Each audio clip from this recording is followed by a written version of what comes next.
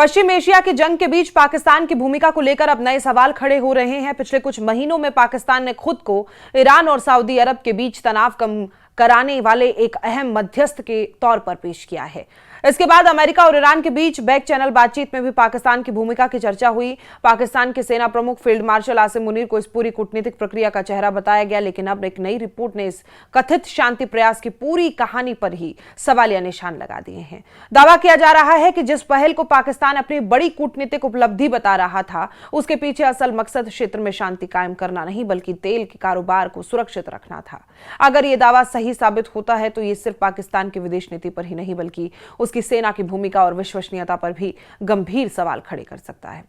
The times of Israel की एक report में दावा किया गया कि पाकिस्तान के सेना प्रमुख आसिम मुनीर और ईरान के इस्लामिक रिवोल्यूशनरी गार्ड कॉर्प्स से जुड़े वरिष्ठ अधिकारी अहमद वहीदी के बीच तेल कारोबार से जुड़े साझेदारी रही।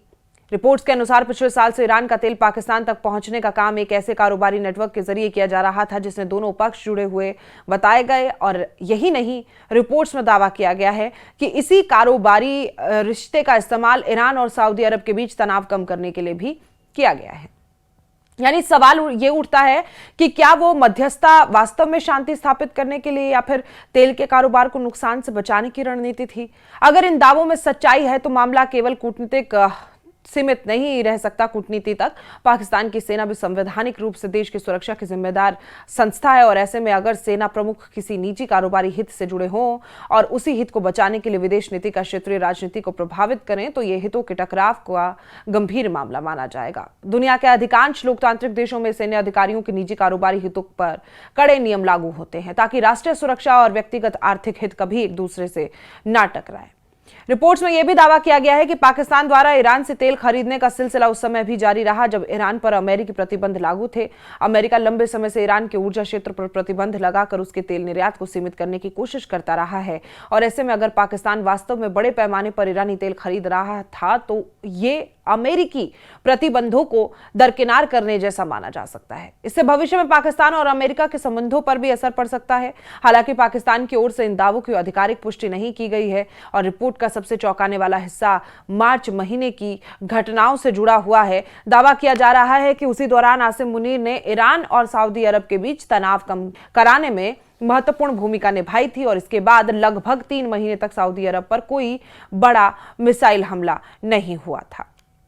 लेकिन जब हाल ही में ईरान की ओर से फिर मिसाइल हमले हुए शुरू तो उसके बाद कथित तौर पर आसिम मुनीर ने अहमद वहीदी को संदेश भेजा कि ये अगर हमले जारी रहे तो दोनों पक्षों का तेल कारोबार प्रभावित हो सकता है। रिपोर्ट्स के अनुसार इसके बाद सऊदी अरब पर हमले रुक गए और हालांकि इन दावों की स्वतंत्र पुष्टि नहीं हुई, लेकिन अगर ऐसा हुआ हो तो सवाल उठना स्वाभाविक है कि प्राथमिकता क्षेत्रीय शांति थी या फिर अरबों डॉलर के तेल कारोबार की सुरक्षा।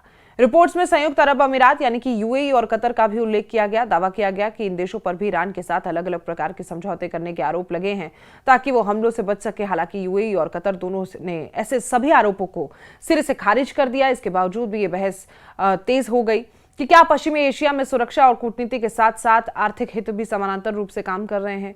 पाकिस्तान पहले भी खुद को इस्लामिक देशों के बीच एक महत्वपूर्ण मध्यस्थ के रूप में पेश करता रहा है, लेकिन अगर उसकी मध्यस्थता के पीछे निजी आर्थिक हित जुड़े होने के आरोप लगते हैं तो इससे उसकी अंतर्राष्ट्रीय विश्वसनीयता को झटका लग सकता है। किसी भी मध्यस्थ की सबसे बड़ी ताकत उसकी निष्पक्षता होती है और उसी निष्पक्षता पर सवाल उठ जाए अगर तो भविष्य में कोई भी देश उसकी भूमिका पर आसानी से भरोसा नहीं करेगा। इस पूरे मामले का एक बड़ा भू राजनीतिक पहलू भी है। पश्चिम एशिया इस समय दुनिया का सबसे संवेदनशील क्षेत्र बना हुआ है। ईरान, अमेरिका, इजराइल, सऊदी अरब, कतर, यूएई, तुर्की जैसे कई देशों के रणनीतिक हित यहां टकरा रहे हैं और ऐसे माहौल में अगर तेल कारोबार और निजी आर्थिक नेटवर्क कूटनीतिक फैसलों को प्रभावित करने लगे तो इससे क्षेत्रीय स्थिरता पर भी गंभीर असर पड़ सकता है। फिलहाल ये ध्यान रखना भी जरूरी है कि ये सभी दावे मीडिया रिपोर्ट्स पर आधारित हैं। पाकिस्तान सरकार, पाकिस्तानी सेना, ईरान की आईआरजीसी या संबंधित अधिकारियों की ओर से इन आरोपों की पुष्टि नहीं की गई है, इसलिए इन्हें स्थापित तथ्य नहीं बल्कि आरोपों और रिपोर्टों के रूप में ही देखा जाना चाहिए। जब तक स्वतंत्र जांच या आधिकारिक दस्तावेज इन दावों की पुष्टि नहीं करते तब तक किसी अंतिम निष्कर्ष पर पहुंचना उचित नहीं होगा। लेकिन इन आरोपों ने कई महत्वपूर्ण सवाल जरूर खड़े कर दिए हैं कि क्या पाकिस्तान की मध्यस्थता वास्तव में शांति स्थापित करने के लिए थी या उसके पीछे आर्थिक हित काम कर रहे थे। क्या एक सैन्य प्रमुख निजी कारोबारी हितों के साथ निष्पक्ष कूटनीतिक भूमिका निभा सकता था? क्या अमेरिका प्रतिबंधों के बावजूद ईरान का तेल या कारोबार जारी रहा? और सबसे बड़ा सवाल, अगर भविष्य में ऐसे आरोप सही साबित होते हैं तो क्या पाकिस्तान की अंतर्राष्ट्रीय साख, उसकी तथाकथित मध्यस्थ की छवि हमेशा के लिए प्रभावित हो जाएगी? वो प्रश्न है जिनके उत्तर आने वाले समय में सामने आने वाली आधिकारिक जांच और तथ्यों से ही तय होंगे।